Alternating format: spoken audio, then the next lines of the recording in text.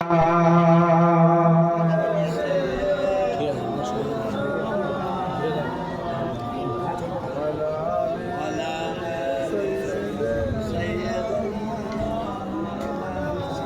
بالله من الشيطان الرجيم.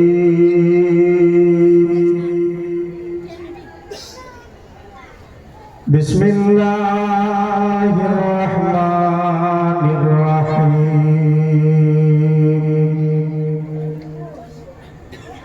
ما كان محمد أبا أحد من رجالكم ولكن رسول الله وخاتم النبيين وكان الله بكل شيء عليما. إن الله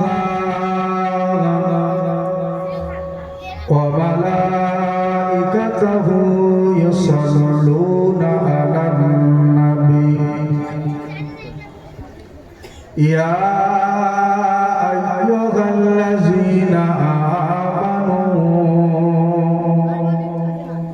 صلوا عليه وسلموا تسليما. اللهم صل على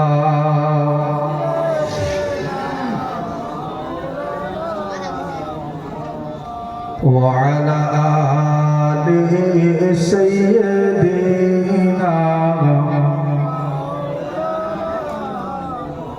وقال الله تعالى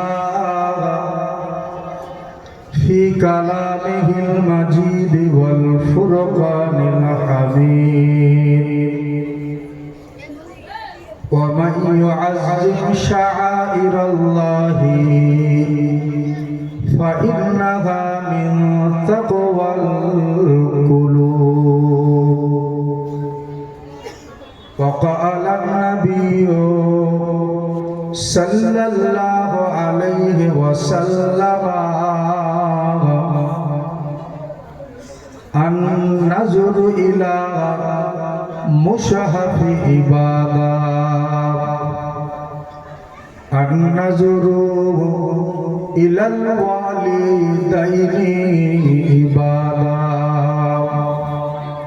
النظر إلى كعبة عبادة أو كما قال النبي عليه السلام.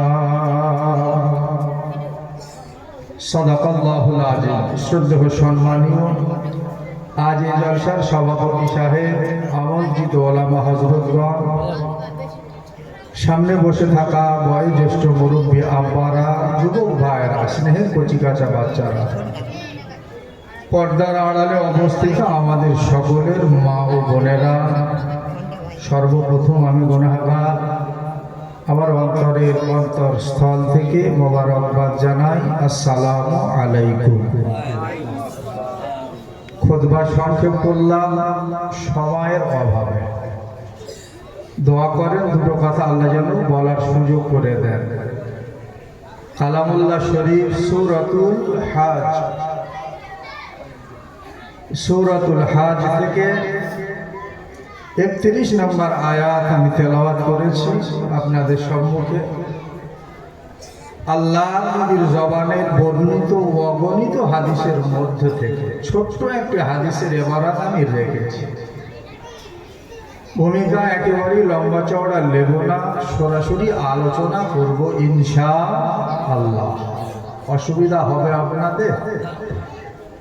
হাদিসটা পড়েছি, যার সারসংক্ষেপ বাংলাটা আমি বলছি, শোনেন, দেখেন তো ভালো লাগে কিনা। নবী বলছে, আল্লাহ পাক এই তামাম উম্মতে মুহাম্মাদের জন্য তিনটি জিনিসকে এমন নিয়ামত করেছে, এত বড় নিয়ামত করেছে, আল্লাহর বান্দা শুধু নজর দিয়ে দেখবে তো ইবাদতের সওয়াব লেখা হয়। জোরে বলেন না। আমার কথা কি বোঝা যায়? তিনটি জিনিসকে আল্লাহ আমাদের জন্য এত বড় নিয়ামত করেছে, শুধু নজর দিয়ে দেখবেন। আর নাজরু, নাজারুন মানে দেখা, দেখা। আপনি শুধু চোখ দিয়ে দেখবেন তিনটি জিনিসকে। আল্লাহ বলছেন, আল্লাহর নবী বলছেন যে ওই দেখাটাকেও আমার আল্লাহ ইবাদতের মধ্যে শামিল করে নেন। জোরে বলেন সুবহানাল্লাহ। আমার আমার ভাইরা, সেই তিনটি জিনিস কি কি আমাদের জানার দরকার আছে না? কার কার জানার দরকার আছে? একবার তাকবীর দেব, হাত উঁচা করে দেখাবেন। নারায়ে তাকবীর, নারায়ে তাকবীর, নারায়ে তাকবীর।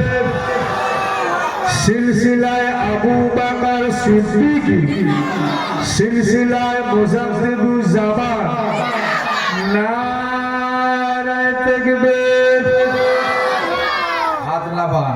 আমার আপনারা ভাইরা, আলোচনা শুরু করব ইনশাআল্লাহ। এই যে হাদিসটা পড়লাম, হাদিসের ব্যাখ্যাটা সংক্ষেপে আমি বললাম যে তিনটে জিনিসের কথাই হাদিসে বলা হয়েছে, দেখবেন তো সওয়াব।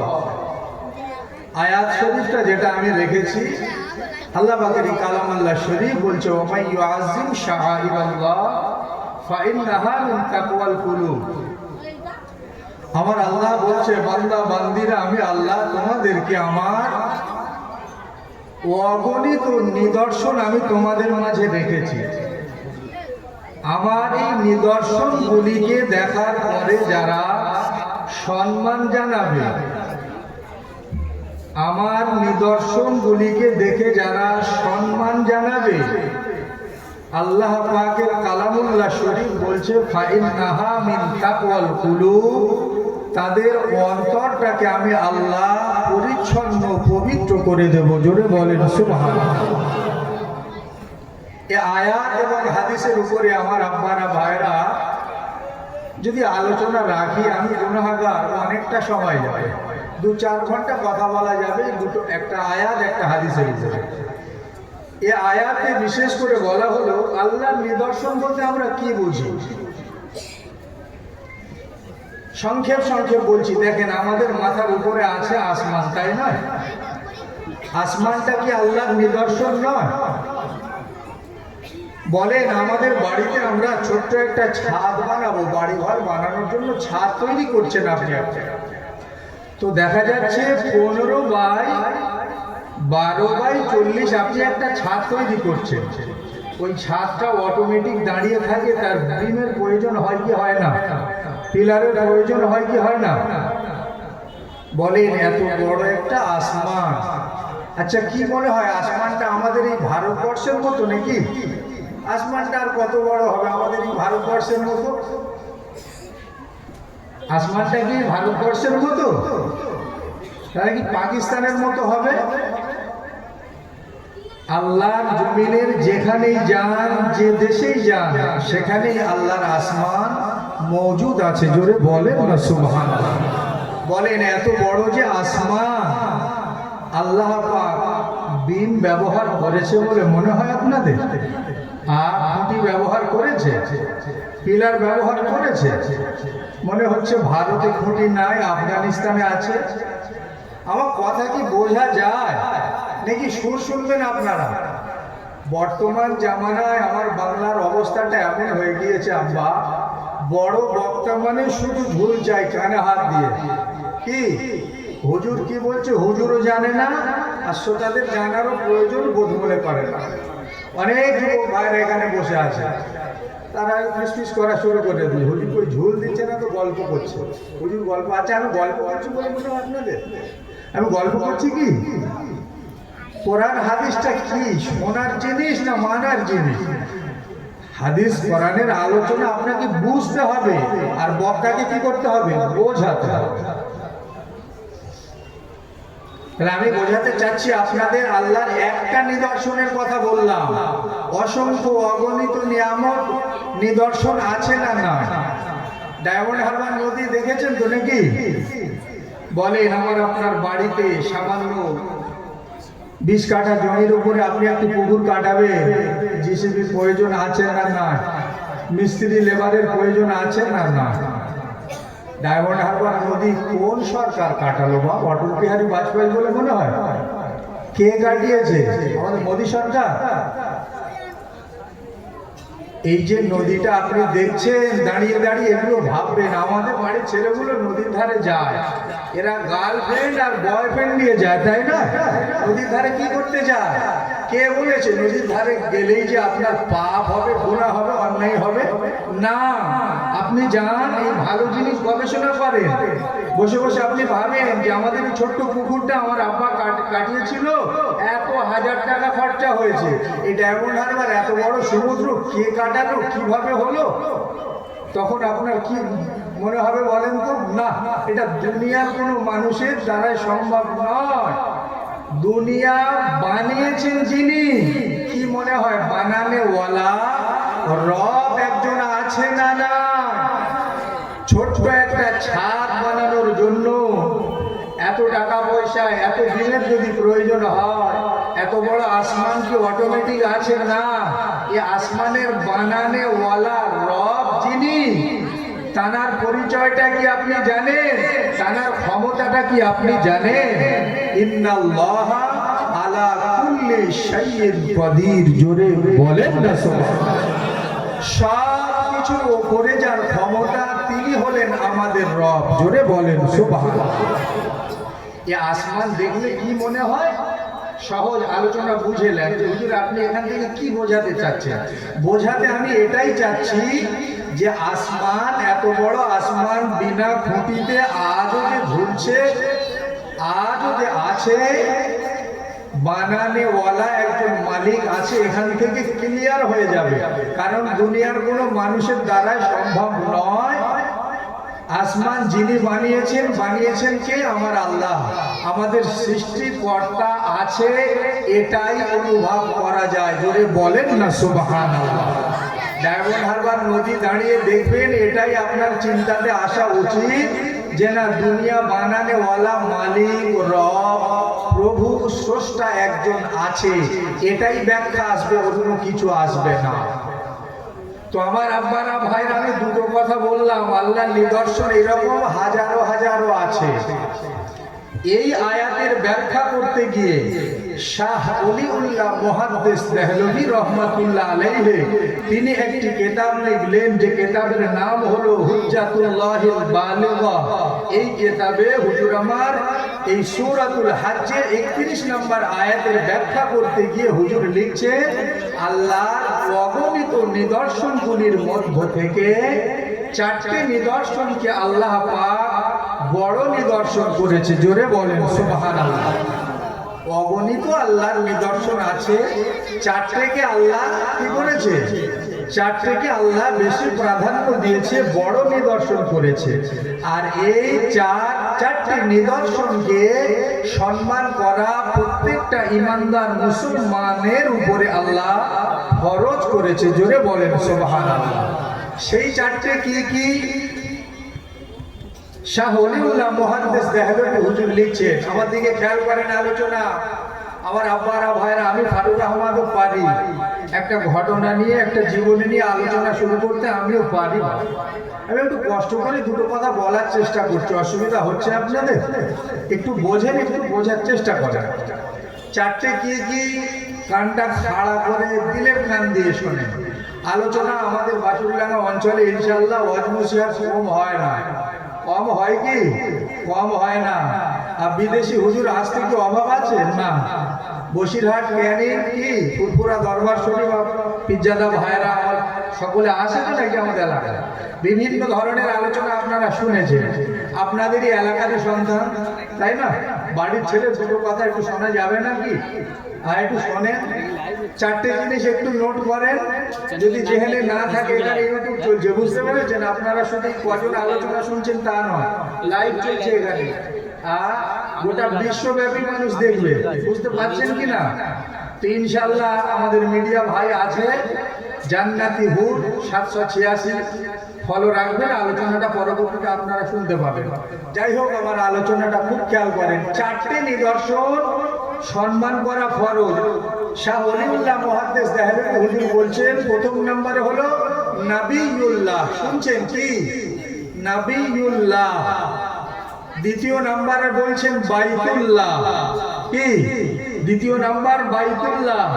তৃতীয় নাম্বার হলো কিতাবুল্লাহ। চতুর্থ নাম্বার হলো ইবাদাতুল্লাহ। চারটে হয়েছে কি? নবিউল্লাহ, বাইতুল্লাহ, কিতাবুল্লাহ, ইবাদাতুল্লাহ। না, ঠিক আপনাদের বুঝে আসেনি। নবিউল্লাহ অর্থ হলো, বলছে আদম নবী থেকে নিয়ে আমাদের নবী পর্যন্ত যত নবীকে আল্লাহ দুনিয়াতে পাঠিয়েছে, প্রত্যেক নবীকে সম্মান করা, তাজিম করা, মহব্বত করা প্রত্যেকটা ঈমানদারের উপরে ফরজ। জোরে বলেন না সুবহানাল্লাহ। বাইতুল্লাহ ইলা জাহাতিল কাবাতি শরীফাতে আল্লাহু আকবার। নামাজ পড়ি তো আমরা নাকি? আচ্ছা বলেন তো আব্বা, একজন বলবেন, আমি একজনকে জিজ্ঞাসা করছি, খুব খুশি হব। নামাজের মধ্যে যে 13টা ফরজ আছে, কটা ফরজ নামাজের ভিতর বাইরে মিলিয়ে কটা ফরজ? না, আমার দেশের ওয়াজ নসিহত 40,000 25,000 টাকার বক্তা আসে না, আসে না, কি মনে হয়? নামাজের এই যে 13টা ফরজ, বলেন 100% মুসলমান আমরা বলতে পারবো? মাদ্রাসার ছাত্র আলেম ওলামা ছাড়া, বলেন 5 ওয়াক্তের নামাজি পারফেক্ট যারা, এনারাও বলতে পারে না, ভয় পাবে।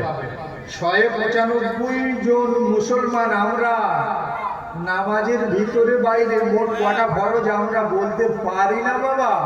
এর পরেও কি আমাদের দাবিটা আমাদের কম হয় না? নামাজের ভিতরে বাইরে কটা ফরজ বললাম? অন্তত এই 13টা ফরজ এইটুকু মাথায় রাখেন, যেখানে রেখে দেন যে হিজবুল্লাহ মাদ্রাসায় গিয়েছিলাম, মাদ্রাসার শিক্ষক বললো যে নামাজের ভিতরে বাইরে মোট 13টা ফরজ। এই 13টাতে একটা একটা আলোচনা করলে অনেক সময় যাবে, অধিকটা আমি দিতে পারবো না। আলোচনা কিন্তু অনেকগুলো আমার সাইড বার হয়ে যাচ্ছে, আমি ভুলে যাইনি। 3টে জিনিসকে দেখলেই সব আমার মাথায় আছে। আল্লাহর অসংখ্য নিদর্শন, 4টেকে সম্মান করা ফরজ, তাহলে এটাও জানা লাগবে তো। আর কেন আমি এই হাদিসটা আয়াতটা পড়লাম, এই হাদিসটার সঙ্গে এই আয়াতের মিল আছে, এই হাদিসটার সঙ্গে এই আয়াতের মিল আছে। আমার আব্বারা ভাইরা খুব খেয়াল করেন, 4টে নিদর্শনকে সম্মান করা ফরজ, নবিউল্লাহ সমস্ত নবীদেরকে। আর দ্বিতীয় নাম্বার কি বললাম? দ্বিতীয়টা কি বলেছি বলেন, একজন বলেন। বাইতুল্লাহ। বাইতুল্লাহ শরীফকে আমরা সম্মান করি কি করি না? বলে যোগ্য বাপের যোগ্য সন্তান যদি আপনি হয়ে থাকেন, ইচ্ছাকৃত ভাবে, হ্যাঁ আপনি 5 ওয়াক্তের নামাজ হয়তো পড়তে পারেন না, এতটুকু মুসলমানের রক্ত যদি আপনার শরীরে থেকে থাকে, আচ্ছা বলেন ইচ্ছাকৃত আপনি এই পশ্চিম দিকে মুখ করে এই কেবলামুখী হয়ে পেশাব করতে বসবেন, পায়খানা করতে বসবেন? শরিয়াত পারমিশন দিয়েছে? না, দেয়নি। শরিয়াত পারমিশন দেয়নি, হারাম করেছে। এই যে আমি তো আলোচনায় রাখছি যে কাবাকে সম্মান করা ফরজ। কিভাবে সম্মান করবে? কাবাকে সম্মান করা ফরজ, এই ব্যাখ্যাটা মাথায় রাখেন। কাবাকে সম্মান করা ফরজ বিধায় কেবলা মুখে করে পেশাব করা চলবে না, কেবলামুখী পায়খানা চলবে না, কেবলার দিকে ইচ্ছাকৃত কদম করা চলবে না, পা দেওয়াও যাবে না। জোরে বলেন না। মুসলমান ঘরের ছেলেমেয়েরা, আব্বারা, তরুণেরা, আলোচনার সময় আমি ফারুগামাত পাবো না, তারপরেও আমি সংক্ষেপ আলোচনা করছি। আমার আব্বারা, হাদিসটা রেখেছিলাম আল্লাহর কাবার দিকে, যদি কেউ তাকিয়ে তাকিয়ে দেখে, হাদিসটার ব্যাখ্যা আমি করছি আমার দিকে ঠান্ডা মাথায় শোনেন। আল্লাহর নবী বললেন, আন-নাযরু ইলা কাবাতি ইবাদা। আল্লাহর কাবা শরীফটাকে আল্লাহ পাক এত বড় নিয়ামত করেছেন, ওই কাবা শরীফটাকে দাঁড়িয়ে দাঁড়িয়ে দাঁড়িয়ে দাঁড়িয়ে আল্লাহর বান্দা বান্দিরা যখন ওই কাবা শরীফটাকে দেখতে থাকে, ওই দেখাটাকেও আমার আল্লাহ ইবাদতে শামিল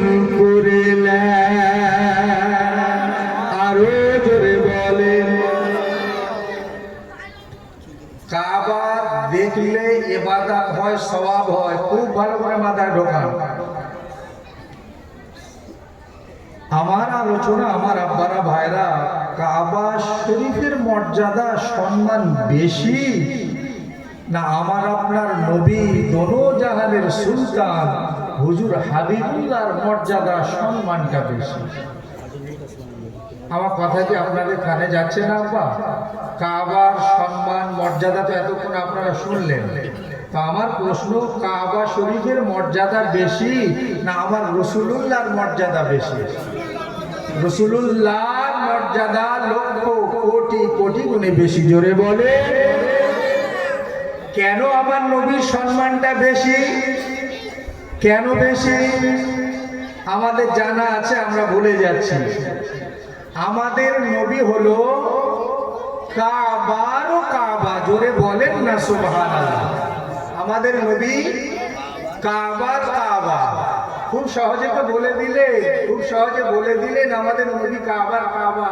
কজনের কাছে দলিল আছে, প্রমাণ দিতে পারবে যে আমাদের নবী হলো কাবার কাবা? কি হাজী সাহেব আলোচনা মাথায় ঢুকছে? সহজে বলা যায় নবী কাবার কাবা, প্রমাণ আছে?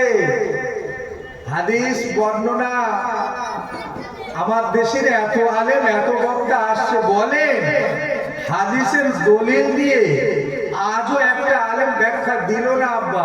হয়তো আপনারা ভাবছেন হুজুর আপনি অহংকার করছেন। কান ধরে খোদাকে বলছি না, অহংকার করে আমি বলছি না আব্বা। 40,000 টাকার বক্তা তুমি সারা বাংলায় ওয়াজ করে চলে গেলে। আরে কত যুবক ছেলেরা আছে আমাদের চায়ের দোকানে বসে, মাচায় বসে, রাস্তায় বসে এত সুন্দর সুন্দর ঘটনা ওয়াজ করে। আচ্ছা আচ্ছা বক্তারা ফেল। আমি ফারুক আহমদ তাদের কাছে কিছুই নয়। তাদের কাছে কি কিছুই নয়। আমাদের নবী যে কাবা কাবা, খুব ঠান্ডা মাথায় শোনেন, আমি হাদিস দিয়ে আপনাদের সামনে দলিল রাখছি, অসুবিধা হবে আপনাদের। আমার নবী কাবার কাবা।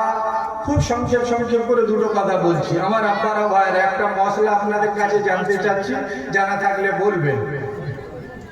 আপনি মসজিদে নামাজে দাঁড়িয়েছেন, মসজিদে জামাতেরই নামাজ হচ্ছে, আসরের নামাজ, আসরের ফরজ নামাজ ক রাকাত? একজন বলেন ক রাকাত? 4 রাকাত ফরজ নামাজ আসরের। 2 রাকাত নামাজ হয়েছে। মসজিদের পাশেই একটা বাড়িতে আগুন লেগে গেছে, পুড়ে গেল, জ্বলে গেল, মরে গেল, পুড়ে গেল, জ্বলে গেল, মরে গেল। কি করবেন? ইমাম সাহেব কি করবে? মুসলিমরা আপনারা কি করবেন? নামাজে মশগুল থাকবে না আপনি আগুনটা নেভাতে যাবেন? খুব চটজলদি বলেন। আগুনটা নেভাতে যেতে হবে না, আগুনটা নেভাতে যেতে হবে। মাশাআল্লাহ, বাসুরডাঙ্গা অঞ্চলের শ্রোতা তো আল্লাহ জ্ঞান বুঝ দিয়েছে। সকলে বলেন মারহাবা। অনেকে জানা নেই, ফতোয়াটা শোনেন, মশলাটা না, নামাজ আগে নয়। ইসলাম কতটা উদারতা দেখেন। আমরা জানি খালি মসজিদে সাল্লাল্লাহ করলেই আল্লাহ খুশি হয়। মসজিদে তসবিহ টানলে আল্লাহ বেশি খুশি হয়। হ্যাঁ, ওটাও খুশি হয়। তার থেকেও বেশি আল্লাহ খুশি হয় আপনার পাশের বাড়ি একজন অসহায়, একজন গরিব, একজন এতিম মিসকিন আছে, তাদের লক্ষ্য নজর রাখাতে আল্লাহ আরো বেশি খুশি হয়। বলেন না জোরে সুবহানাল্লাহ। এটা ইসলাম উদারতা দেখালো না? কি গো, আল্লাহর ফরজ নামাজে আমরা ব্যস্ত ছিলাম, তাই না? আগুন লেগেছে, শরিয়াতের মশলা হলো না, আর নামাজ নয়, নামাজ বন্ধ রাখো, যাও ওই যে মানুষগুলো বিপদে পড়েছে তাদের সাহায্য করো, এর নাম ইসলাম। জোরে বলেন সুবহানাল্লাহ। এখন আমার বক্তব্য হলো, 2 রাকাত নামাজ হয়েছে আর জ্বলে গেল, পুড়ে গেল, মরে গেল। তো আমরা নামাজ ছেড়ে আগুনটা নেভাতে গেলাম। আমি গল্প বলছি না বাবা, এখান থেকে আমার নবী কাবার কাবা একটা ব্যাখ্যা আছে, এখানেই বোঝানো যাবে। এই মশলা ফতোয়া দিয়ে আমি বুঝিয়ে দেব আপনাদের ইনশাআল্লাহ আমার নবী কাবার কাবা। আমি গল্প বলছি না। তো 2 রাকাত নামাজ আপনার তো হয়েছিল আর আপনি আগুন নেভাতে গিয়েছেন। আর পুনরায় আপনি মসজিদে এসে ইমাম সাহেব মুক্তাদি আপনারা কি করবেন? নামাজটা যেখান থেকে ছেড়ে দিয়েছিলেন সেখান থেকে পড়বেন নাকি নামাজটা শুরু থেকে পড়তে হবে? খুব চটজলদি বলেন, জানা থাকলে বলেন। কি করবেন? মাশাআল্লাহ, আল্লাহ তাদের সামনে আমাকে বসিয়েছে। ইনশাআল্লাহ সব প্রশ্নের উত্তর সঠিক পাওয়া যাচ্ছে। এরই নাম হলো বাসুরডাঙ্গা অঞ্চল। আমার দাদা পীর কেবলারই একটা ফায়েজ চলছে। জোরে বলেন না সুবহানাল্লাহ। এটাই দাদা হুজুরেরই একটা ভয় চলছে। অবশ্যই উত্তরগুলো খুব সুন্দর পাওয়া যাচ্ছে। তো দেখা যাচ্ছে নামাজটা কি করতে হবে আপনার, ফের শুরু থেকে পড়তে হবে। মাথায় রাখেন, শুরু থেকে আপনার পড়তেই হবে, এটাই ছিল ফতোয়া। এবার একটা কথার উত্তর দেন। হাদিস শরীফে এসেছে নবীর একজন সাহাবা নামাজে দাঁড়িয়েছে, তো রসুল্লাহ সেই সাহাবার নাম ধরেই ডাক দিয়েছে, যে সাহাবা নামাজে আছে সেই সাহাবাকেই নবী ডাক দিল। তো সাহাবাও আসরেরই নামাজ পড়ছিল, ওই 4 রাকাত 2 রাকাত হয়েছিল, নবী ডাক দিয়েছে, নবীর সাহাবা রসুল্লাহ ডাকে সাড়া দিয়ে চলে গিয়েছে। তো আল্লাহ নবীর দরবার থেকে সাহাবাও ফিরেছে। এখন নবীর সাহাবা কি করবে, নামাজটা শুরু থেকে পড়বে না যেখান থেকে ছেড়েছিল সেখান থেকে পড়বে? চট জলদি উত্তর দেন আপনারা, একজন বলে। মাশাআল্লাহ, আমার আব্বাজান একেবারে সামনে বসে আছে, বুঝছেন? আমার আব্বাজান নিচে বসে আলোচনা শুনছে, বেয়াদবি মাফ করবে আপনারা। উপরে উঠে আছে, বসে আছে, উঠে দেন। খুব খেয়াল করে শোনেন, দুটো মশলা কিনার সামনে রাখলাম। আমার আব্বাজি বলছে যে না, নবী সাহাবা রাসূলুল্লাহ ডাকে যিনি সাড়া দিয়ে গিয়েছিল, তো নবী সাহাবার জন্য আর পুনরায় শুরু থেকে নামাজ পড়া লাগবে না গোড়া থেকে। এখন প্রশ্ন থাকতে পারে কি পারে না, এটা বিরাট প্রশ্ন দাঁড়িয়ে যাচ্ছে না। আমরা যারা আগুন নেভাতে গিয়েছিলাম আমাদেরও তো 2 রাকাত নামাজ বাদ গিয়েছিল, আর নবী সাহাবা রাসূলুল্লাহ ডাকে সাড়া দিয়ে গিয়েছিল, ওনারও তো 2 রাকাত নামাজ বাকি ছিল। তো নবী সাহাবার বেলায় শরীয়তের মসলা হলো না, নবী সাহাবা রাসূলুল্লাহ ডাকে যিনি সাড়া দিয়ে গিয়েছিল ওই সাহাবার জন্য আর গোড়া থেকে নামাজ পড়তে হবে না, যেখান থেকে ছেড়ে গিয়েছিল সেখান থেকে পড়বে। আর আমাদের ফতোয়া ছিল যারা আগুন নেভাতে গিয়েছিলাম আমাদের কি শুরু থেকে আবার পড়তে হবে। আচ্ছা, দুজনেরই তো নামাজ বাদ হয়ে গিয়েছিল, তাই না? নবী সাহাবারও হয়েছিল, আমাদেরও হয়েছিল। তো বিষয়টা ছিল একই রকম, দুজনের বেলায় 2 রকম ফতোয়া কেন? এইটাই যদি এতটুকু আপনি বুঝতে পারেন, কসম খোদা আমার নবী যে কাবা 100% ক্লিয়ার হয়ে যাবে, আপনার ব্রেনটা একেবারে সাফ হয়ে যাবে যে দুজনের বেলায় 2 রকম ফতোয়া কেন। মুসলমান ঘরে ছেলে মেয়েরা, আব্বারা, তরুণেরা, আমি ফারুক আহমদ আপনাদেরকে বোঝাতে চাচ্ছিলাম আমার নবী হলো কাবা, এখান থেকেই ক্লিয়ার হয়ে যাবে। আব্বা, আমি আপনি জানারা আগুন নেভাতে গিয়েছিলাম, আমাদের নামাজটা এই জন্য পুনরায় শুরু থেকে পড়তে হবে, আমাদের কিবলাটা পরিবর্তন হয়ে গিয়েছিল। না না, নবী সাহাবা যিনি রাসূলুল্লাহ ডাকে সাড়া দিয়ে রাসূলুল্লাহ দরবারে গিয়েছিল, ওই নবী পাকের সাহাবার কিবলাটা পরিবর্তন হয়নি গো। আল্লাহ নবী সাহাবা ওই নকল কাবা থেকে আসল কাবায় গিয়েছে। আরো জোরে বলে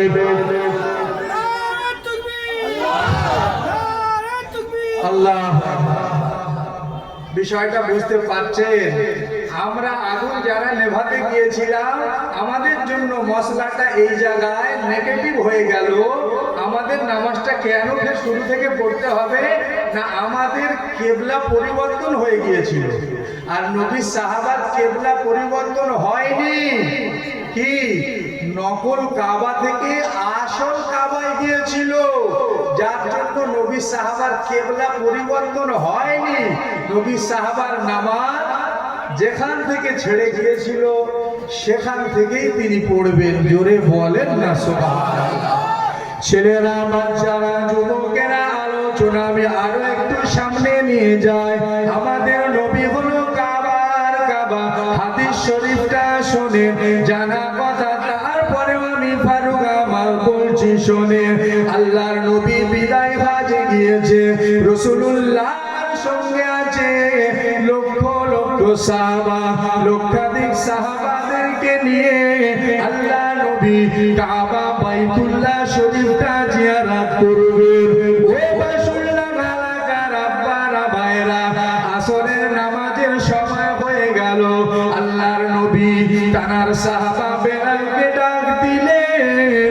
ও সাহাবা বেলাল কোথায় আছো বাবা আসরের ওয়াক্ত যে হয়ে গেল বেলাল ও সাহাবা বেলাল আজান দাও আসরের নামাজটা আমরা আদায় করতে চাই নবী আল্লাহ নবী কাবা বাইতুল্লাহ শরীফ জিয়ারত করবেন সঙ্গে আছেন অসংখ্য সাহাবা আসরের নামাজের সময় হয়ে গেল তো নবী আমার বলছে বেলাল ওয়াক্ত যে হয়ে গেল আসরে আজান দাও আমরা নামাজ পড়ব তো রাসূলুল্লাহ বললেন বেলাল আজান দাও নবী সাহাবা বেলাল আজান দিতে বিলম্ব করছে রাসূলুল্লাহ কিছুক্ষণ পরে জিজ্ঞাসা করছে ও সাহাবা বেলাল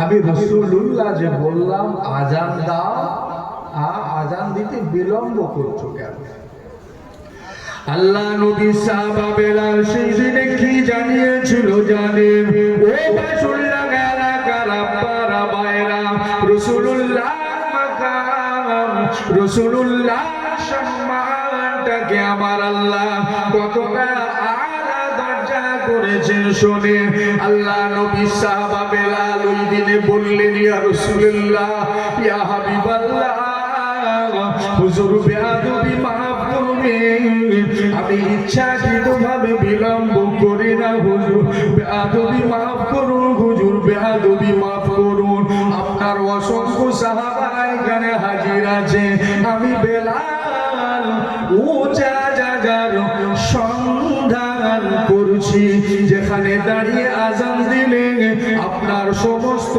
সাহাবারা শুনতে পেয়ে যায় হুজুর বেয়াদবি মাফ করবে আমি ইচ্ছাকৃত বিলম্ব করিনি হুজুর বেয়াদবি মাফ করবে আমি একটু উঁচু জায়গার সন্ধান করছিলাম উঁচা জায়গায় দাঁড়িয়ে আজান দেব তো আওয়াজটা অনেকটা দূর পর্যন্ত সকলে শুনতে পাবে যেহেতু আপনার অসংখ্য সাহাবা আজকে আপনার সঙ্গে বাইতুল্লাহ শরীফ জিয়ারতে এসেছে তো আল্লাহ নবী বললেন বেলাল উঁচা জায়গা সন্ধান করছো উঁচু জায়গা পাচ্ছ না বেলাল যাও এই কাবা শরীফের ছাদে দাঁড়িয়ে যাও কাবা শরীফের ছাদে দাঁড়িয়ে যাও জোরে বলেন না সুবহানাল্লাহ কি আলোচনা আপনারা শুনছেন আমার মাথায় ঢুকছে না আব্বা দেখেন আমার নবী তো অনেক দূরের কথা রাসূলুল্লাহর একজন গোলাম আল্লাহ কি পাওয়া কি সম্মান দিয়েছেন দেখেন নবী তো অনেক দূরের কথা নবী পাকের একজন গোলাম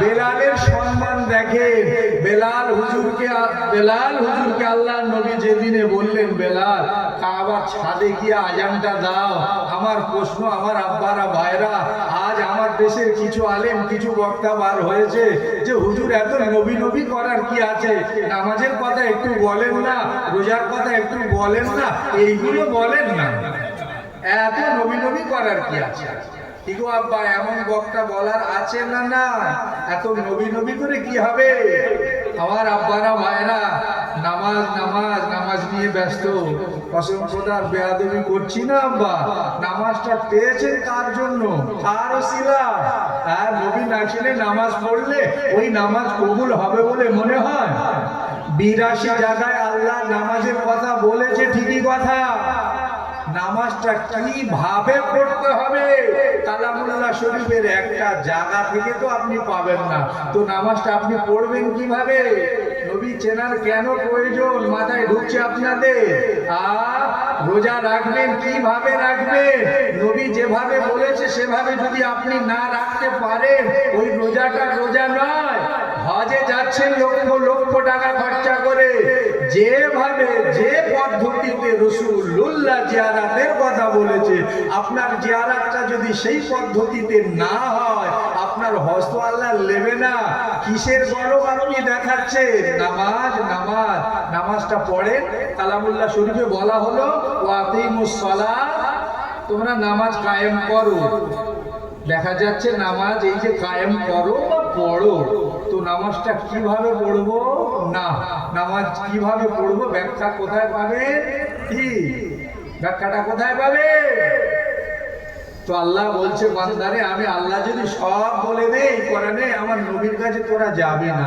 নামাজটা কিভাবে পড়তে হবে, যা আমার নবীর কাছে যা। সল্লু সল্লু কামা রাআইতুমুনি ইউসাল্লি, জোরে বলেন না সুবহানাল্লাহ। বান্দা নামাজ পড়বে, সল্লু, দেখো আমার নবীর নামাজটা কেমন। আমার নবী যেভাবে রুকু করেছে তোমরা সেভাবে রুকু করো, আমার নবী যেভাবে সেজদা করেছে তোমরা সেইভাবে সেজদা করো, আমার নবী যেভাবে কিয়াম করেছে তোমরা সেইভাবে কিয়াম করো। তোমাদের ওই নামাজটা আমি আল্লাহ আমার কাছে কবুলিয়াতের নামাজ হয়ে যাবে। জোরে বলেন না সুবহানাল্লাহ। আমার ভাইয়েরা, আলোচনা অসুবিধা হচ্ছে আপনাদের বুঝি নাকি? তাহলে আলোচনা রাখছিলাম, আমাদের নবী হলো কাবার কাবা। আমাদের নবী হলো কাবার কাবা। দলিল চাই, তাই নয়? মশলা দিয়ে একটু কিছুটা মাথা ক্লিয়ার হয়েছে, তাই নয়? ওখানে নামাজের মশলাটা দিয়ে কি কিছুটা ক্লিয়ার হয়নি? এরপরেও হাদিসটা বলছি শোনেন। তো আমি বোঝাতে চাচ্ছিলাম, নবী পাকের একজন নগণ্য গোলামের আল্লাহ কি পাওয়ার দিলেন দেখেন।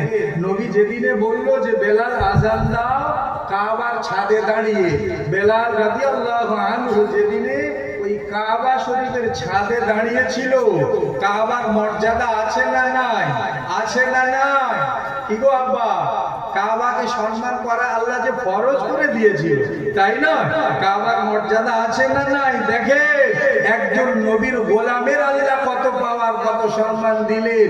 কাবার থেকে লক্ষ কোটি গুণে নবীর একজন গোলামের পাওয়ার আল্লাহ বাড়িয়েছেন। জোরে বলে গোলাম বেলাল হুজুর যেদিনে ছাদে গিয়ে দাঁড়িয়েছে কাবা, বেলালের আলোচনা হুজুর বেয়াদবি দেবেন না। ফুলপুরা শরীফ থেকে হুজুর ঢুকছেন, একটু অ্যানাউন্স করে দিন, একটু তাকবীর দিয়ে দিন। মাশাআল্লাহ, আমাদের পীরজাদা ভাইজান হুজুর কেবলা তিনি এসে গিয়েছেন। আপনার খুশি না বেজা? খুশি তো? কারা কারা খুশি আছেন জোরে তুলবি দেন নারায়ে তাকবীর। আওলাদে মুজাদ্দিদুজ জামান পীরজাদা ভাইজান হুজুর কেবলা সিলসিলায় মুজাদ্দিদুজ জামান, সিলসিলায় আবু বকর সিদ্দিকী আহলে সুন্নাত ওয়াল জামাআত, নারে তাকবীর। প্যারে হাজিরিন, আমার দিকে খেয়াল করেন। ভাইজান এসেছে মানে সময় মতো এসে যাবে, বিচলিত হওয়ার কোনো কারণ নেই। আলোচনা আমি যে বিষয়টা রাখছিলাম, আমার দিকে খেয়াল করেন। আল্লাহ নবী সাহাবা বেলাল রাদিয়াল্লাহু তাআলা আনহু যেদিনে কাবা শরীফের ছাদে রাসূলুল্লাহর অর্ডারে গিয়ে দাঁড়িয়েছিল আযান দেওয়ার জন্য, আমার নবী পাকের ওই গোলাম বেলাল রাদিয়াল্লাহু তাআলা আনহু কদমের নিচে আল্লাহর কাবা। কি সম্মান নবীর গোলামের আল্লাহ বাড়িয়েছে দেখেন।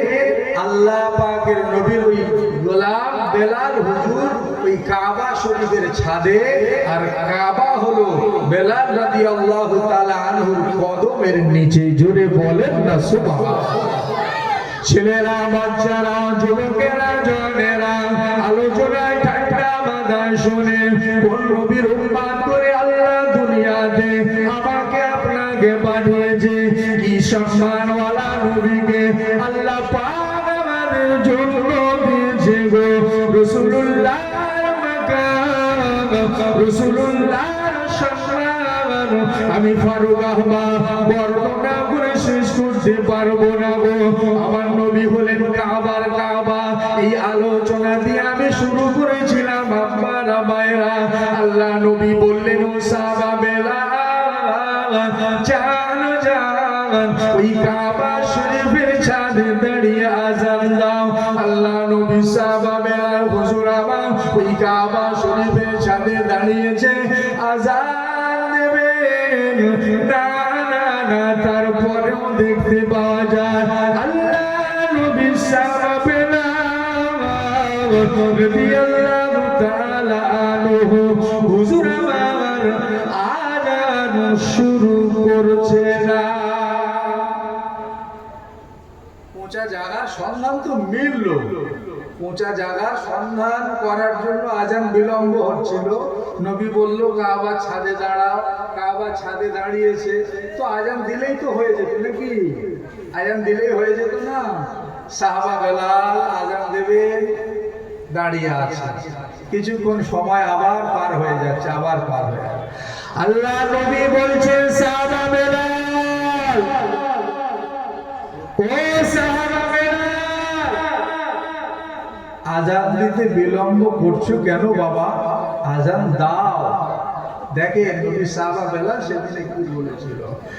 আল্লাহ নবী সাহাবা হযরতে বেলাল হাবশী রাদিয়াল্লাহু তাআলা আনহু হুজুর আমার ওই দিনে জানিয়ে দিয়েছিল, ইয়া রাসূলুল্লাহ, ইয়া হাবিবাল্লাহ, আমি যখন মদিনা শরীফ থেকে আজান দিতাম, আমি যখন মসজিদে নববী শরীফে আজান দিতাম, এই কাবাটাকে কিবলা বানিয়ে আমি আজান দিতাম। ইয়া রাসূলুল্লাহ, ইয়া হাবিবাল্লাহ, হুজুর বেয়াদবি মাফ করুন, হুজুর গুসাকিনা ক্ষমা করে দেবেন হুজুর। হুজুর আমি মদিনা শরীফ থেকে যখন আজান দিতাম, এই কাবাটাকে কিবলা বানিয়ে আমি আজান দিতাম। আজকে আমি বেলাল সেই কাবা শরীফের ছাদে দাঁড়িয়ে আছি। ইয়া রাসূলুল্লাহ, ইয়া হাবিবাল্লাহ, আমি কোন দিকে মুখ করে আজান দেব? কোন দিকে মুখ করে আমি আজান দেব? কাকে কিবলা বানিয়ে আমি আজান দেব? ইয়া রাসূলুল্লাহ, ইয়া হাবিবাল্লাহ, বেয়াদবি মাফ করুন, আমি তো কাবা পাই না। জোরে বলে, কথা কি বোঝা যায়? বেলাল হুজুর বলছে, ইয়া রাসূলুল্লাহ, হাবিবাল্লাহ, বেয়াদবি মাফ করুন, আমি ইচ্ছা করে আজান দিতে দেরি করিনি হুজুর। আমি মদিনা শরীফে নববীতে যখন আজান দিতাম, এই কাবার দিকে মুখ করে তো আমি আজান দিতাম কিবলা বানিয়ে। আজকে তো আমি সেই কাবার ছাদে, হুজুর আমি কিবলা পাচ্ছি না, আমি কোন দিকে মুখ করে আজান দেবো হুজুর? এই না জন্য হুজুর আমার আজান দিতে বিলম্ব হয়ে যাচ্ছে, দেরি হয়ে যাচ্ছে।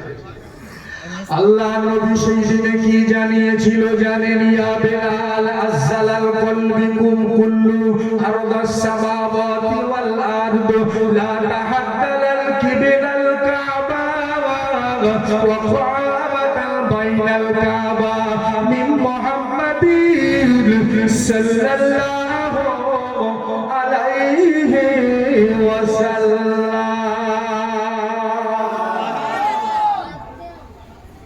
যেদিনে বেলাল বলছে হুজুর আমি কাবা পাচ্ছি না, রাসূলুল্লাহ ওই দিনে বলছে, বেলাল, ইয়া বেলাল, আযজালাল কলবিকুম কুল্লু আরদাস সামাওয়াতি ওয়াল আরদ। বেলাল, আসমান জমিনের বড় কাবা হলো এই কাবা, যে কাবায় তুমি দাঁড়িয়ে আছো, জমিন ওয়ালাদের কাবা। বেলাল, তুমি কাবাকে চিনলে না বেলাল? আজকে তুমি কিবলা ঘুরছো কাবার উপরে দাঁড়িয়ে। হ্যাঁ, এই যে কাবাটা দেখছো, এই কাবা হলো দুনিয়ার কাবা। ও বেলাল শুনে রাখো, লা তাহাদ্দালাল কিবলাল কাবা ওয়া কাবাতাল বাইনাল কাবা মিন মুহাম্মাদিন সাল্লাল্লাহু আলাইহি ওয়াসাল্লাম। জোরে বলে, রাসূলুল্লাহ সাহাবাকে আল্লাহর নবী বলছে, বেলাল শুধু এই দুনিয়ার কাবাটাকে চিনে রাখলে এই কাবাটাকে কি চিনবে না? এ বেলাল, এই কাবা হলো দুনিয়ার কাবা, আর আমি নবী মুহাম্মদ হলাম, আমি নূরে মুজাসসাম হলাম, আমি রাহমাতাল লিল আলামিন হলাম। এই কাবা বেলাল, আজকের দিনে আমি নবী মুস্তাফা নূরে মুজাসসামের দিকে মুখ করে আজান দাও, আজান দাও, আজান দাও। জোরে বলেন না আমার নবী যে কাবা। আর প্রমাণ লাগবে? আর প্রমাণ লাগবে? রাসূলুল্লাহ বলছে, বেলাল কাবা খুঁজতে হবে না, আমি নবী এই কাবা। নারায়ে তাকবীর। औलादे मुजद्दिदुज़्ज़मान, औलादे मुजद्दिदुज़्ज़मान, जनाब पीरजादा भाईजान हुजूर किबला, नारे तकबीर। भाईजान আমার আপনারা ভাইরা ভাইজান আসলে একটু সাড়া দেবেন, আমার দিকে খেয়াল করে, ইনশাল্লাহ ভাইজান আসবে তো অফ হবে। শুনছে আমাদের নবীর সম্মান, মাকাম, মর্যাদা আল্লাহ পাক কালামুল্লাহ শরীফে বললেন ওয়ারাফানা লাকা যিকরাক, তাই নয় হাবিব? আপনার মর্যাদা, আপনার শান, আপনার মানটাকে আমি আল্লাহ আপনার খাতিরেই বাড়িয়েছি। জোরে বলেন না সুবহানাল্লাহ। আমার আব্বারা ভাইরা ভাইয়ার হুজুর কেবলা আসছে, তাই তো? একবার দরুদ শরীফ পড়েন সকলে, আল্লাহুম্মা সাল্লি আলা।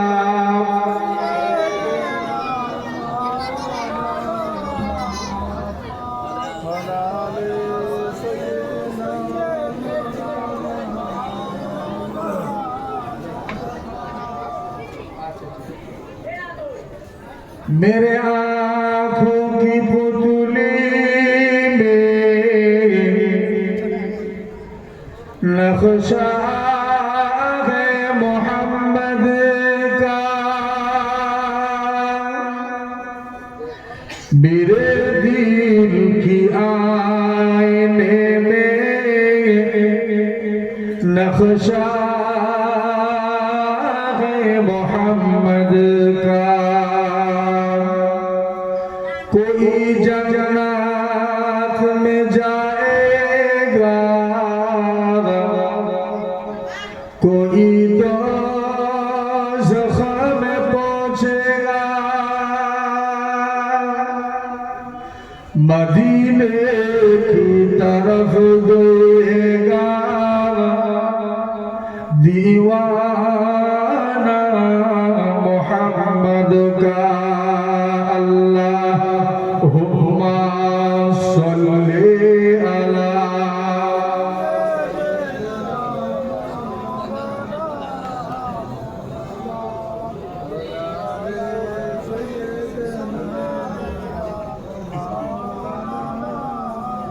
प्यारे हाजिरान नाज़रीन, আমার আব্বারা ভাইরা, নওজোয়ান যুবকেরা, ছেলেরা, বাচ্চারা, আমার আম্মারা বোনেরা, আলোচনার দিকে খেয়াল করেন, যথাসময় ইনশাআল্লাহ শেষ হয়ে যাবে। আল্লাহর নবীর সম্মান মাকাম নিয়ে আমি আলোচনা করছিলাম। আমার নবী হলেন কাবার কাবা। একেবারেই কি ক্লিয়ার হয়েছে আপনাদের? কি মনে হয় ক্লিয়ার হয়েছে তো নাকি? শোনেন, আরো এক ধাপ আগে বাড়লাম, খেয়াল করেন। আমার দেশের কিছু আলেম যারা বলছে এত নবী নবী করার কি আছে, দেখেন আমরা কাবা চিনেছি আর কাবা আমার নবী চিনেছে। খুব খেয়াল করেন, আমরা কাবা চিনেছি আর খোদ কাবা আমার নবীকে চিনেছি। খুব ছোট্ট করে একটা হাদিস থেকে ঘটনা বলছি, দেখেন।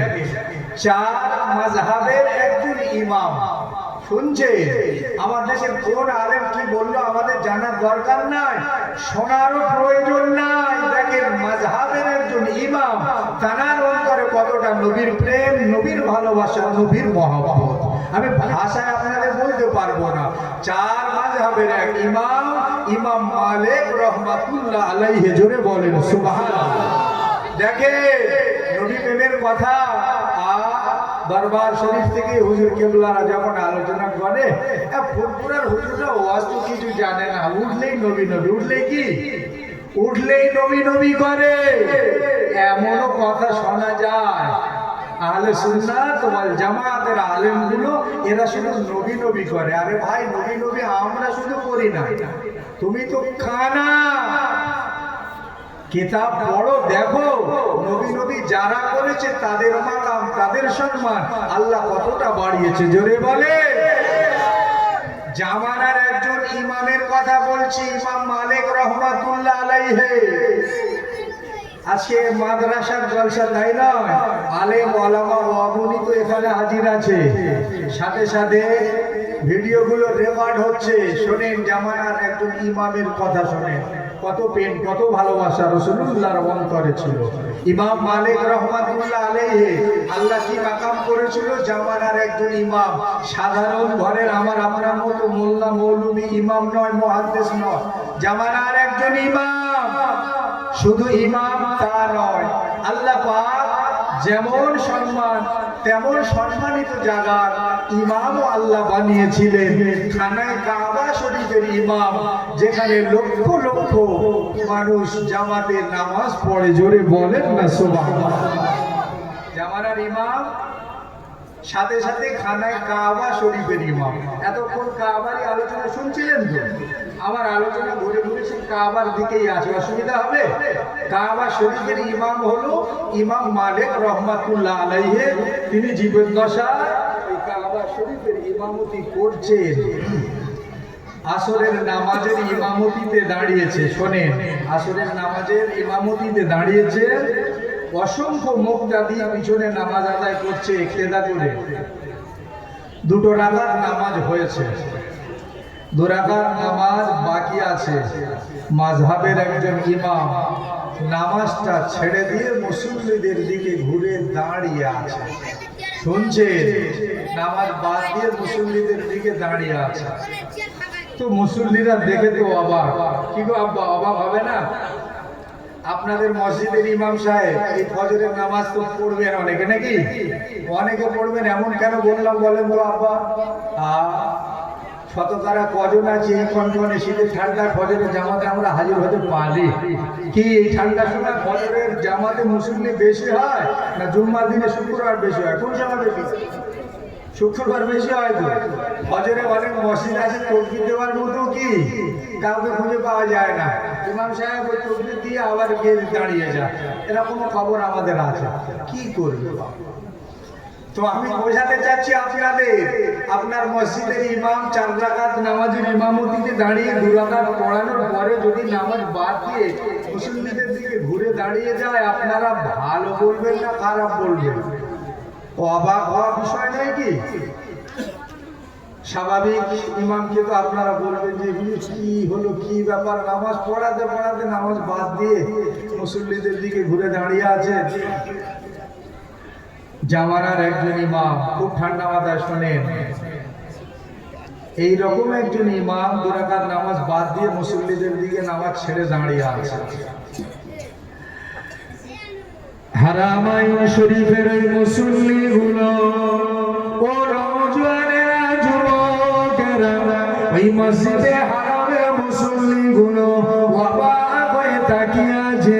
4 মাযহাবের এক ইমাম, ইমাম মালিক রহমাতুল্লাহ আলাইহিকে আদবের সঙ্গে জিজ্ঞাসা করলেন, ও মাযহাবের ইমাম, ও ইমাম মালিক রহমাতুল্লাহ আলাইহি, হুজুর বেয়াদবি মাফ করবে, হুজুর গুনাহটা ক্ষমা করে দেবে। হুজুর 4 রাকাত নামাজের ইমামতিতে দাঁড়িয়েছে, 2 রাকাত নামাজ হয়েছে মাত্র, আর 2 রাকাত নামাজ তো বাকি আছে। হুজুর বেয়াদবি মাফ করুন, হুজুর নামাজটা ছেড়ে দিয়ে আমাদের দিকে মুখ করে দাঁড়িয়ে আছে। জিজ্ঞাসা করছে, হুজুর বেয়াদবি মাফ করবেন, 2 রাকাত নামাজ তো এখনো বাকি আছে, আপনি নামাজ বাদ দিয়ে আমাদের দিকে ঘুরে দাঁড়িয়ে আছেন। দেখেন নবীর প্রেম কতটা অন্তরে, কতটা মহব্বত, কতটা ভালোবাসা। লম্বা ঘটনা সংযোগ করছি, ভাইজান এসে গিয়েছে যেহেতু। তো ইমাম মালিক রহমাতুল্লাহ আলাইহি ওই দিনে বলছেন, এ হারামাইন শরীফের মুসল্লিরা, আমাকে ক্ষমা করবে, আমি আসলে নামাজের ইমামতিতে দাঁড়িয়েছিলাম ঠিকই কথা, আমি 2 রাকাত নামাজ পড়িয়েছি, আমার এই নামাজের ইমামতিতে, আমি যে তোমাদের ইমাম, আমি নামাজ পড়াচ্ছি ঠিকই কথা, আমার মনটা, আমার দিলটা, আমার কলবটা বারে বারে বারে বারে বারে বারে শুধু নবী নবী নবী নবী নবী নবী করছে। জোরে বলেন না? নামাজে আমি দাঁড়িয়ে আছি, আমার মন, আমার দিল, আমার কলবটা এই হারামাইন শরীফে নেই, আমার দিলটা এই মক্কায় নেই, আমার অন্তর, আমার খেয়াল, আমার দিমাগটা বারে বারে মদিনায় চলে যাচ্ছে, বারে বারে মদিনায় চলে যায়। ওই সবুজ গম্বুজ দেখতে পায়, নবীর কথা স্মরণ পড়ে, আমার রাসূলুল্লাহর কথা বারে বারে স্মরণ পড়ছে। আমার মনটা আমার নামাজে নেই, আমি নামাজে ইমামতিতে দাঁড়িয়েছি ঠিকই কথা, আলহামদুলিল্লাহ রাব্বিল আলামিন পড়ছি ঠিকই কথা, আমার দেয়াল, আমার খেয়াল, আমার দিলটা মদিনার সবুজ গম্বুজ, মদিনার সবুজ গম্বুজ। জোরে বলেন না সুবহানাল্লাহ। এক কথায় আপনার একজন ইমাম তো বলেন, আপনি নামাজে দাঁড়িয়েছেন, নামাজে দাঁড়িয়ে যদি আপনার ব্যবসার হিসাব করেন আপনার নামাজটা হবে বলে মনে হয়? কি গো, নামাজ আপনি দাঁড়িয়েছেন, আপনার দিল, আপনার একিন, আপনার অন্তর, আপনার কল কি আল্লাহর দিকে রুজু করতে হবে না? আপনি নামাজে দাঁড়িয়ে ব্যবসার হিসাব করবেন, নামাজে দাঁড়িয়ে দুনিয়াবি খেয়াল যদি আপনার মাঝে এসে যায়, আপনার ওই নামাজটা কি হবে বলে মনে হয়? কি মনে হয় আপনাদের? তো মাযহাবের একজন ইমাম তিনি বলছে, মুসল্লিরা আমাকে ক্ষমা করবেন, আমি নামাজের ইমামতিতে দাঁড়িয়েছি ঠিকই কথা, আমার মনটা নামাজের দিকে নেই, আমার মনটা বারে বারে খালি মদিনায় চলে যাচ্ছে। বারে বারে কোথায় যা? বারে বারে মদিনার দিকে চলে যাচ্ছে। তো আমি ভাবলাম আমার নামাজ, আমি যে নামাজে ইমামতিতে দাঁড়ালাম, আমার মনটা তো খালি মদিনার দিকে যাচ্ছে, আমার নামাজের দিকে মন নেই, আমার এই নামাজটা হবে না, আমার নামাজটা হবে না, আমার মনটা বারে বারে নবীর দিকে যাচ্ছে, আমার নামাজ হবে না, তাই আমি নামাজ ছেড়ে দিয়ে দাঁড়িয়ে আছি। মুসলমান ঘরে ছেলেমেয়েরা, বারা তরুণেরা, লম্বা কথা আমি সংক্ষেপ বলছি। ইমাম মালিক রাহমাতুল্লাহ আলাইহি হুজুর নবীকে কতটা ভালোবাসতে, মহব্বত করতে, প্রেম করতে। ও নওজওয়ানেরা, ও যুবকেরা, ইমাম মালিক রাহমাতুল্লাহ আলাইহি হুজুর আমার মুসল্লিদেরকে বললেন, আমাকে বিদায় দেন, বিদায় দেন। আমি আর মক্কা জমিনে থাকতে চাই না, আমি আর ইমামতি করতে চাই না, আমাকে ক্ষমা করো, আমাকে ক্ষমা করো। আমার দিল, আমার কলব, আমার হৃদয় সর্বহালাতে মদিনা, মদিনা, মদিনার দিকে চলে যান, আমাকে আপনারা বিদায় দেন। আজকের দিন থেকে আমি আর এই মক্কা জমিনে থাকবো না গো, আমি মদিনা শরীফে যেতে চাই। বলছে আমাকে ক্ষমা করো, আমি আর নামাজ পড়াতে পারবো না, ইমামতিও করবো না, ওই মক্কার জমিনও আমি থাকবো না, আমি আর সহ্য করতে পারছি না, আমার দিল, আমার কল মদিনা, মদিনা করে দিওয়ানা মাস্তানা, আমি আর থাকবো না। আমি কোথায় যাব? এই মক্কা ছেড়ে মদিনায় চলে যাব। আমার দিকে খেয়াল করেন আমার আপার ভাইরা, ইমাম মালিক রাহমাতুল্লাহ আলাইহি হুজুর আমার বিদায় নেবে, ওই কাবা ছেড়ে মদিনাতে চলে যাবে, মক্কা ছেড়ে মদিনায় যাবে। গভীর রজনীতে ইমাম মালিক রাহমাতুল্লাহ আলাইহি ওই কাবা শরীফের গেলাপটা ধরে, গোপনে গোপনে ওই কাবা শরীফের গেলাপটা ধরে রোনাজারি করছে আর বলছে, ওরে কাবা, বহুদিন তোমার মাঝে আমি খেদমত করেছি, তোমাকে ভালোবেসেছি, মহব্বত করেছি, আমার মনটা বারে বারে মদিনায় যেতে চায়, আমি আর থাকতে পারলাম না, আমি মদিনায় চলে যাব, আমার বেয়াদবি ক্ষমা করবে, আমার গুস্তাখিটা ক্ষমা করে দেব রে কাবা, আমি আর থাকতে পারলাম না, আমি মদিনায় চলে যাব, আমাকে ক্ষমা করো, আমি বিদায় নিতে চাই, আমাকে বিদায় দাও। খানার কাবা, কাবা শরীফের ওই গেলাপ ধরে ইমাম মালিক রাহমাতুল্লাহ আলাইহি গভীর রজনীতে একাকী গিয়ে খানার কাবার গেলাপটা ধরে বিদায় নিচ্ছেন, মাফি মাংছেন। কোথায় যাবে? রাসূলুল্লাহ দরবারে চলে যাবে। মুসলমান ঘরে ছেলেমেয়েরা, আব্বারা, তরুণেরা, ও নওজওয়ানেরা, হাদিস শরীফে লেখা হলো, ইমাম মালিক রাহমাতুল্লাহ আলাইহি হুজুর আমার বর্ণনা দিচ্ছে, আমি যে সময় কাবা শরীফের ওই গেলাপটা ধরে মাফি মাংছিলাম, মাফি মাংছিলাম, ওই কাবার গেলাপ ধরে আমি যখন মাফি মাংছিলাম, দোয়া করছিলাম, না আমি লক্ষ্য করে দেখলাম ওই কাবা শরীফের আশেপাশে কেউ নাই, কেউ নাই, ফাঁকা কাবা।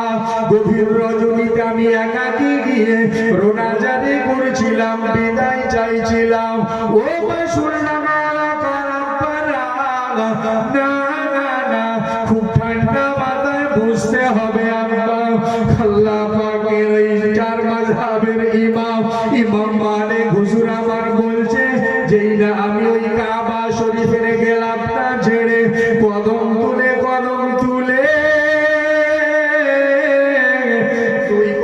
চার কদম অতিবাহিত হলাম।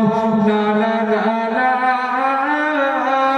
আমি ইমাম মালিক আমি নিজে কানে শুনতে পেলাম আল্লাহ পাক ওই কাবা শরীফের জবানটাকে খুলে দিয়েছে। আরো জোরে বলে। ইমাম মালিক হুজুর বলছে আমি একাকী গভীর রজনীতে লক্ষ্য করে দেখলাম কোনো মানুষ নেই কোনো জায়গায়, একেবারেই ফাঁকা। গভীর রজনীতে একাই বিদায় নেওয়ার জন্য কাবার গেলাপ ধরে আমি রোনাজারি করে বিদায় নেব, রাসূলুল্লাহর দরবারে চলে যাব। কাবা শরীফে আমি রোনাজারি করছিলাম। বিদায় নেওয়ার জন্য আমি 2 কদম 4 কদম যখন আগে বাড়ছি, আমি ইমাম মালিক ও জগৎবাসী মুসলমান শুনে রাখো, আমি নিজে কানে শুনলাম এই কাবার জবান আল্লাহ খুলে দিয়েছে। এই খানায় কাবা পরিষ্কার মানুষের মতো কথা বলছে। ও ইমাম মালিক, ও ইমাম মালিক, আল্লাহ তোমাকে চলাফেরার ক্ষমতা দিয়েছে, 2টো পা দিয়েছে, চলার ক্ষমতা দিয়েছে, তাই তুমি আমাকে ছেড়ে মদিনায় চলে যাচ্ছ, আমাকে ছেড়ে মদিনায় চলে যাচ্ছ। ইমাম মালিক শোনো, আল্লাহ পাক আমারও যদি 2টো কদম দিত। কে বলছে? আপনারা শুনছেন তো? কে বলছে? খানায় কাবা বলছে। কাবার জবান আল্লাহ খুলে দিল, খানায় কাবা বলছে যে ও ইমাম মালিক যাচ্ছ, চলে যাচ্ছ, রাসূলুল্লাহর দরবারে যাচ্ছ। আল্লাহ তোমার চলার ক্ষমতা দিয়েছে, তাই তুমি চলে যাচ্ছ। আল্লাহ আমাকে যদি 2টো কদম দিত, আমাকে যদি চলার ক্ষমতা দিত, আমি কাবা এই মক্কায় থাকতাম না, আমিও রাসূলুল্লাহ দরবারে চলে যেতাম। জোরে বলেন না সুবহানাল্লাহ। আবার আপনারা কাবা চিনলে দেখেন, আমরা কাবা চিনলাম আর কাবা আমার নবীকে চিনেছে। কাবা কাকে চিনলো?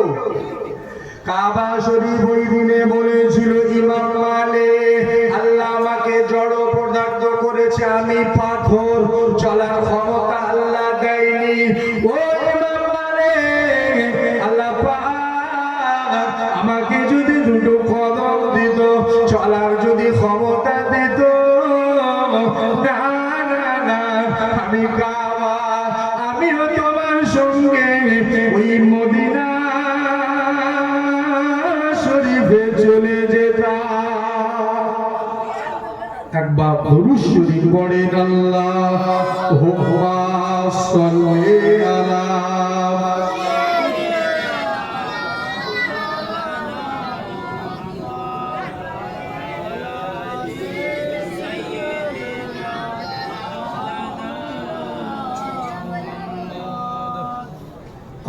আল্লাহুম্মা সাল্লি আলা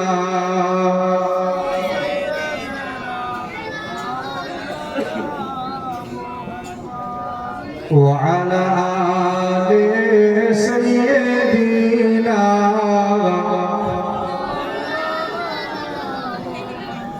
মদিনে কি আকা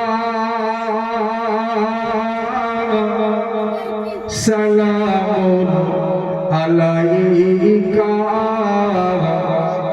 দো আলোক সাহা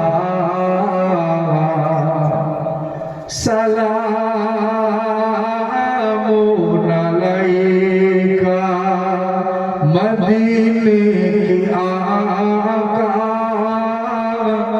সালামুন আলাইকা दो आलों के सहारा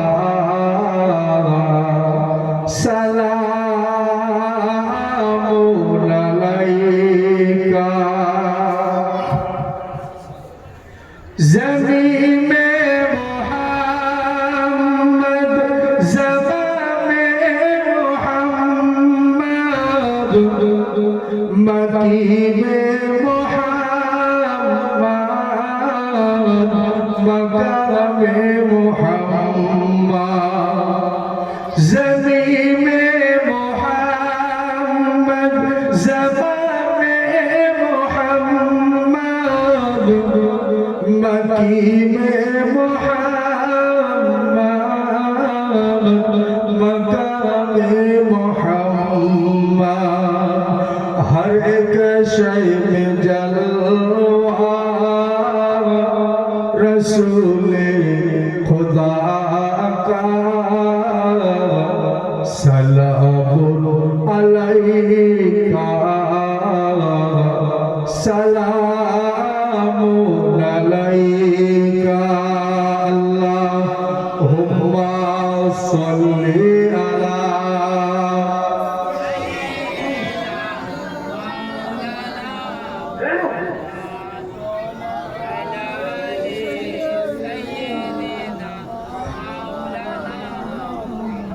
प्यारे हाजिरीन আমার আব্বারা ভাইরা আলোচনা অসুবিধা হচ্ছে আপনাদের কার কার অসুবিধা হচ্ছে হাত তুলে দেখান নারায়ে তাকবীর নারায়ে তাকবীর ইনশাআল্লাহ সকলে আশা করি ভালো আছেন তাই না শুনছেন আলোচনা প্রথমে আলোচনা আমি শুরু করেছিলাম কি দিয়ে বলেন তো আব্বা ওই তিনটে কথা বলে বিদায় নেই নাকি তিনটে জিনিসকে দেখলেই সওয়াব মনে আছে আপনাদের ভাই সাহেব আমাদেরকে খেয়াল করে আলোচনা আমার শুরু কি ছিল আমার খেয়াল আছে ইনশাআল্লাহ তিনটে জিনিসকে আল্লাহ আমাদের জন্য এত বড় নিয়ামত করেছে দেখলেই সওয়াব বলেছিলাম তাই না তো তিনটে জিনিস জানার দরকার না তিনশালে তিনটে কথা এখন একটু সময় আছে ভাইজান আসছে না একটু শোনে ঠান্ডা মাথা নাকি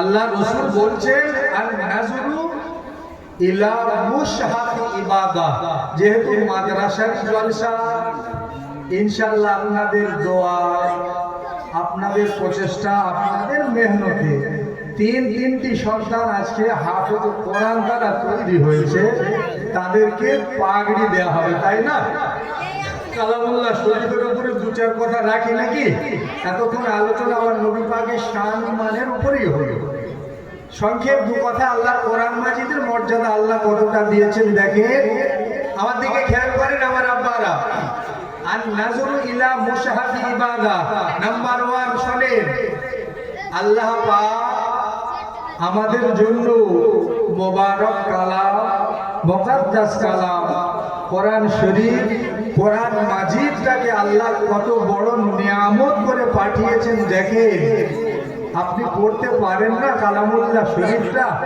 দেখেন আল্লাহ আমাদের কতটা ভালোবাসছে কালামুল্লাহ শরীফের মর্যাদা আল্লাহ কতটা বাড়িয়েছে বলছে বান্দারে তোমরা যারা আমার কালামুল্লাহ শরীফটা পড়তে পারো না আমার উজমা কালাম কোরআন শরীফটা পড়তে পারো না পবিত্র হালাতে আমার কালামুল্লাহ শরীফটাকে নিয়ে কালামুল্লাহ শরীফটাকে খুলে ওই চোখ দিয়ে দেখবে আর মনে মনে বলবে লাইসা হাজা কালামে বাশা না না এটা কখনো মানব রচিত কিতাব নয় মানব রচিত কিতাব হতে পারে না এই কালামুল্লাহ শরীফ হলো সত্য এই কালামুল্লাহ শরীফ হলো সত্য এমন ভাবে আমার বান্দা যদি ওই আয়াতগুলোর উপরে তাকিয়ে হাত দিয়ে দেখতে থাকে আল্লাহ রাসূল বলছেন ওই দেখাটাকেও আল্লাহ সওয়াবে গণ্য করবেন আমলনামায় সওয়াব লিখবেন জোরে বলেন সুবহানাল্লাহ হুজুর স্টেজে যাচ্ছেন একটু অ্যানাউন্স করুন সেই সঙ্গে মাদ্রাসার সমস্ত ছাত্ররা